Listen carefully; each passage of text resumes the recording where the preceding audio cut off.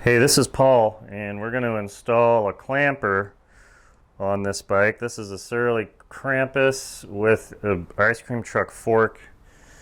It's a weird bike. We're just messing around in here. The very best thing you can do to make your clamper smooth and work good is pay a lot of attention to the end of the cable housing.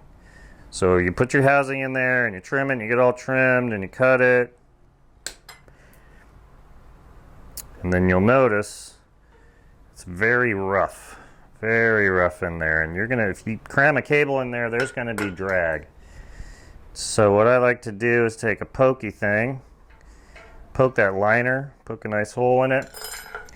And then usually there's a little part here that sticks out or sticks in to rub the cable, or it sticks out, so you want to cut that off. And the most important thing to do next is take a file and file this flat. Actually, you can use a grinder or a belt sander. If you're using one of those power tools, go easy because the plastic will melt the outer casing. But you want to get that nice and flat. Now you can see I've started to do that there. So you want that nice and flat and smooth. And there's a little tab of that coil right there, the housing. You want to file that also.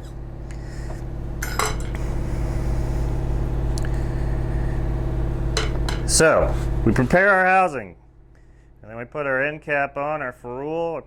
We slide our cable through. We've got our adapter on for the proper disc. I believe this is a 160. We're gonna talk about this housing for a minute. And we've tried all kinds of different housing. We've tried the compressionless housing. We've tried the special brake compressionless housing. And to be honest, the traditional brake housing that is a coil of wire with a plastic coating instead of the derailleur type is the very best. We just think it works the best. It goes around corners, very nice. So we'll take our caliper, slide the cable in, put the caliper over the disc, put the screw in, one screw with a washer. Gotta have the washer in there. And please use the screws that come with the brakes. They've got a little dab of Loctite on there. And that'll keep them nice and secure. So you tighten it down, get them kind of finger tight. And then I back it off, I don't know, 1/8 of a turn. So it's got a little float in here. And then what I like to do is turn the adjuster and turn it equal amounts, both inboard and outboard. Now the inboard adjuster, you can use a 5mm hex in there, or you can turn it with your fingers. And I like to tighten up both adjusters until they're both touching the disc. And then I look down here and I see that the disc is pretty well centered in the slot. With that done, tighten up the mount bolts.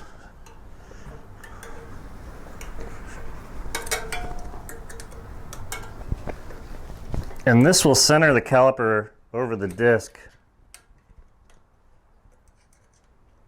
which is pretty important, especially for squealing and such. Now you can undo both of them, about 1/8 of a turn. You've still got some drag there. First, we'll address that, but first let's attach the cable. Now make sure the cable's all the way out. Make sure it gets under the washer right here. And it would be great if I had some pliers right about now, but I don't. Tighten that up. And we have not a lot of spring pressure on there. So to preload the system a little bit, move the actuator arm forward about 10 degrees. Tighten that up.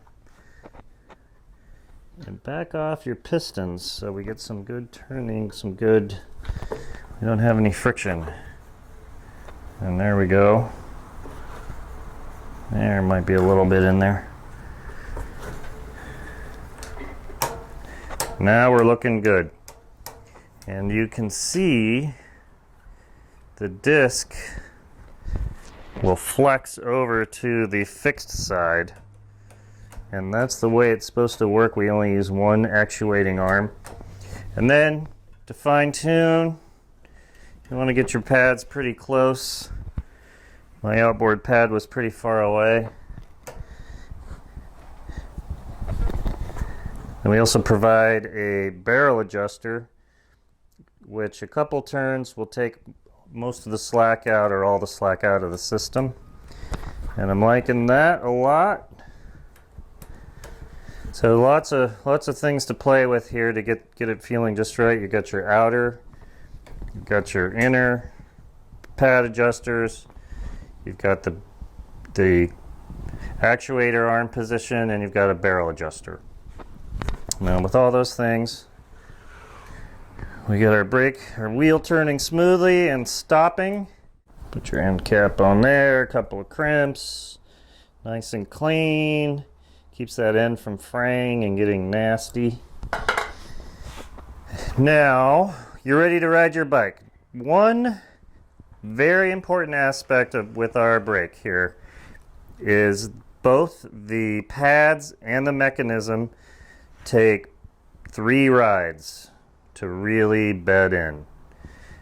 You're going to have not too much power on your first ride. Your second ride's going to get better. By the time you're on your third ride, you are going to love them.